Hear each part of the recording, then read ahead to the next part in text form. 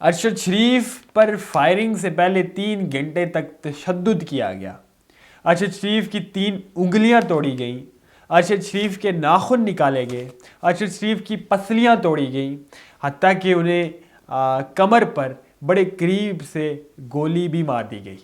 میں ہوں صوبان افتخار راجہ اور آپ دیکھ رہے ہیں اسٹیٹ ویوز. ناظرین، ارشد شریف قتل کیس اب ایک نیا رخ، ایک نیا موڑ اختیار کر گیا ہے. واضح رہے کہ ارشد شریف پاکستان کے وہ صحافی ہیں جن کے قتل کی وجہ سے پاکستان کے سیاسی منظرنامے میں بہت بڑی تبدیلیاں واقع ہوئی تھیں. یعنی کہ پاکستان کی خفیہ ایجنسی کے سربراہ نے تاریخ میں پہلی بار اس مدعے پر آ کر اس واقعے کی وجہ سے عوام کے سامنے پیش ہو کر میڈیا کے سوالات کے جوابات دینے کی کوشش کی تھی. اس کے ساتھ ساتھ پاکستان کی پولرائز پولیٹیکل سسٹم میں ایک بہت بہت بہت بڑی مہم چلی تھی ارشد شریف کے قتل کی وجہ سے.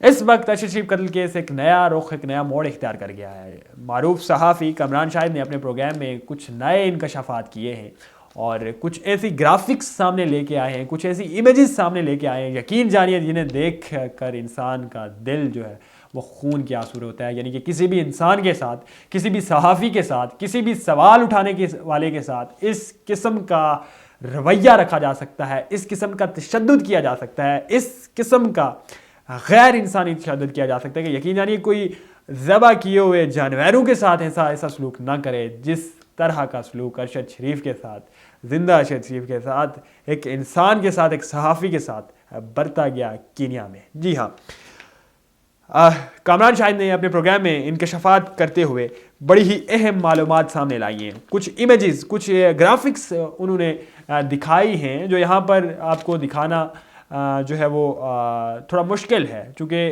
یوٹیوب اور فیس بک کی ظاہر ہے کچھ کمیونٹی گائیڈ لائنز ہیں جن پہ ہم جو گرافکس ہیں وہ نہیں دکھا سکتے، لیکن آپ کو ڈیٹیلز بتاتا چلوں. ان گرافکس میں بڑا ہی کلیئرلی دیکھا جا سکتا ہے کہ ارشد شریف کے ہاتھوں کی 3 انگلیوں کے ناخن نکالے گئے تھے. نیلز، یعنی کہ یہ فنگر نیلز ارشد شریف کی انگلیوں سے کھینچ کر نکالے گئے تھے. آخر وہ کیا وجہ تھی؟ یہ کس قسم کی انٹروگیشن تھی؟ یہ کس قسم کی انویسٹیگیشن میں وہ موجود تھے؟ یا آخر کیا وہ معاملہ تھا جس کی وجہ سے ارشد شریف پہ اس قدر تشدد کیا جا رہا تھا؟ آخر کیا وہ حکام کیا جاننا چاہ رہے تھے؟ وہ کون سے سوالات تھے یا وہ کون سے خفیہ راز تھے جو ارشد شریف کے دل میں تھے اور وہ ان پہ تشدد کرنے والے لوگ جاننا چاہ رہے تھے؟ یہ جاننا بہت اہم ہے، یہ جاننا بہت ہی اہم ہے، یقین جانیے بہت اہم ہے. اس کے ساتھ ساتھ ارشد شریف فائرنگ سے قبل ہی ان کی جو پسلیاں ہیں وہ توڑ دی گئی.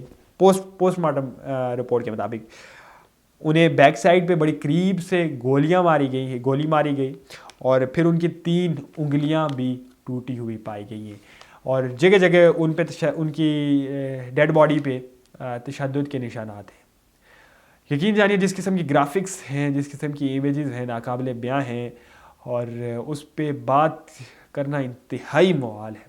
لیکن ظاہر ہے ہمارا فرض ہے اس وہ حقائق آپ کے سامنے رکھنا. ارشد شریف کا یہ جو واقعہ ہے، جو شہادت ہے، یہ ہرگز ایک محض واقعہ نہیں تھا یا اتفاق نہیں تھا. یہ تو ظاہر ہے نیروبیا کی کینیا کی پولیس کے بیانات کے سامنے آنے کے ساتھ ہی یہ معاملہ تو سارے سب کے سامنے کھل گیا تھا. اور اس کے بعد جس قسم کی مہم چلی ٹویٹر پہ، سوشل میڈیا پہ، کچھ اداروں کو اس پہ مورد الزام ٹھہرایا گیا تھا، تو اس کے بعد یہ بات صاف ہے ارشد شریف کا یہ جو چلے جانا ہے، ان پہ جو فائرنگ والا کیس ہے، یہ ہرگز واقعہ نہیں ہے، محض اتفاقیہ نہیں ہے، کوئی شناخت کا معاملہ نہیں ہے، کسی قسم کی مس انٹروڈکشن نہیں ہے. یہ ایک پری پلان مرڈر ہے. اور کل کے روز جو صحافی یہاں پاکستان سے تعلق رکھنے والے صحافی، مختلف اداروں سے تعلق رکھنے والے صحافی، مختلف انٹرنیشنل آرگنائزیشن سے تعلق رکھنے والے لوگ جو کینیا میں اس معاملے کو دیکھ رہے ہیں، اپنے تئیں انویسٹیگیشن کے لیے موجود ہیں، ان کی جانب سے بھی یہ خدشہ ظاہر کیا گیا تھا کہ ہم جو انویسٹیگیشن کی ہے، جتنے بھی لوگوں سے ہم یہاں پر ملے ہیں، اس کے بعد ایک ہی تاثر ملتا ہے کہ یہ تمام تر پلاننگ، یہ تمام تر جو ہے منصوبہ بندی پاکستان سے کی گئی ہے. اس کا ماسٹر مائنڈ کہیں نہ کہیں پاکستان میں موجود ہے. آخر وہ کون ہے جو ارشد شریف کو یوں مار گیا، یعنی کہ اتنا زیادہ تشدد، اتنا بے ایمانہ تشدد، حتیٰ کہ ارشد شریف کو اپنی جان بچانے کے لیے ملک بھی چھوڑنا پڑا، لیکن اس کے باوجود پتہ نہیں کون سا وہ راز تھا ارشد شریف کے پاس، وہ کیا کرنے والے تھے، کیا بتانے والے تھے کہ آپ ان کے پیچھے کینیا پہنچ گئے، اور کینیا پہنچ کر بھی اتنا گھناؤنا تشدد کر کے اس شخص کو قتل کیا گیا۔ یقین جانیے یہ بہت افسوسناک ہے، یہ بہت زیادہ افسوسناک ہے۔ جس جگہ پہ وہ موجود تھے ارشد شریف قتل سے پہلے، جس جگہ پہ جسے ایک گیسٹ ہاؤس کا نام دیا جاتا ہے، لیکن حقیقی طور پہ وہ ایک شوٹنگ رینج ہے، اور جو حقائق سامنے آئے ان کے مطابق اس شوٹنگ رینج کا انتظام جو ہے وہ ایک امریکن ایجنسی کے پاس تھا۔ یہ بات بہت اہم ہے اور بہت غور طلب ہے۔ اب جو ایجنسی ہے وہ امریکہ کی ہے، ایک امریکن ایجنسی جس کا نام بلیک واٹر بتایا جاتا ہے، اس کے پاس اس شوٹنگ رینج کا انتظام موجود تھا، مطلب اس کے تمام تر کنٹرول اس ایجنسی کے پاس تھے، اور اس ایجنسی نے $4 لاکھ کے عوض یہ شوٹنگ رینج لے رکھی تھی، جو کہ اس ارشد شریف کے قتل کے فوراً بعد ہی یہ رینج خالی کر دی گئی۔ وہاں پہ اس وقت بھی جو بھی جرنلسٹ جا رہے ہیں، جو بھی لوگ وہاں کے غیر ملکی وزٹ کرنے کی کوشش کر رہے ہیں، انہیں نہیں اجازت دی جاتی، وہاں داخل نہیں ہونے دیا جاتا ہے۔ بہت سارے صحافیوں نے کوشش بھی کی، اس کے باقاعدہ ریکارڈز میڈیا پہ موجود ہیں، ریکارڈ کا حصہ ہیں ویژولز کے، انہیں داخل نہیں ہونے دیا جا رہا۔ جو اہم بات ہے وہ یہ ہے کہ یہ جگہ، یہ شوٹنگ رینج ایک امریکن ایجنسی کے پاس تھی، ایک امریکن ایجنسی کے پاس تھی، اور اس رینج میں ارشد شریف کے قتل سے پہلے 10 امریکنز وہاں پہ موجود تھے۔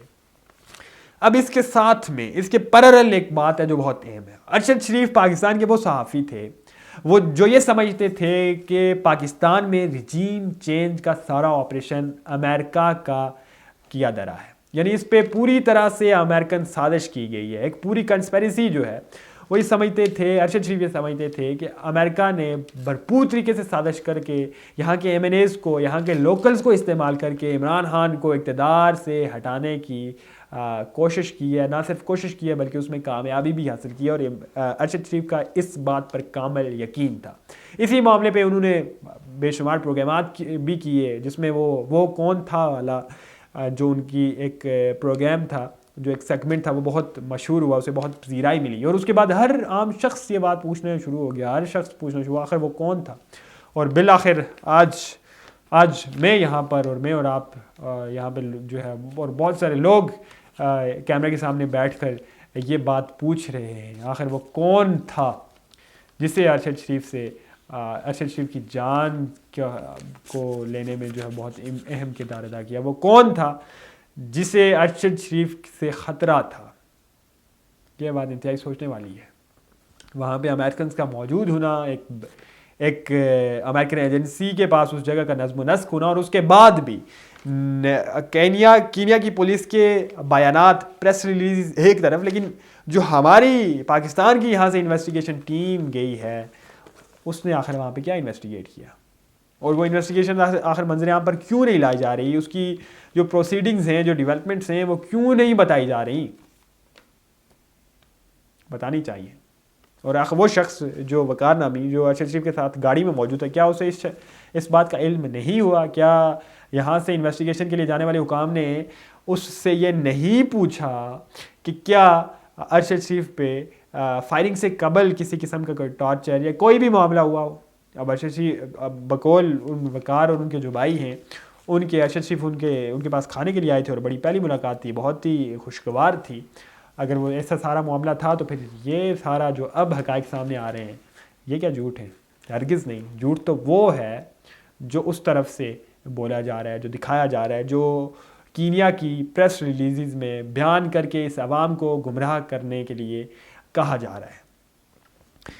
یہ معاملہ اب شدت اختیار کر گیا ہے۔ پہلے ہی پاکستان کے سیاسی منظرنامے میں، پاکستان کی تاریخ میں بہت گہرے نقوش اختیار کر گیا، اور جن لوگوں نے ارشد شریف کی جان لی، ان کے لیے ارشد شریف یہاں اس دنیا سے رخصت ہو کر بھی جو ہے وہ گلے کی ہڈی بنے ہوئے، کانٹا بنے ہوئے، وہ نہیں نکل رہے، حتیٰ کہ جب تک یہ معاملہ حل نہیں ہو جاتا، پوری طرح سے بے نقاب نہیں ہو جاتا، مجھے لگتا ہے اسی طرح سے حقائق سامنے آتے رہیں گے۔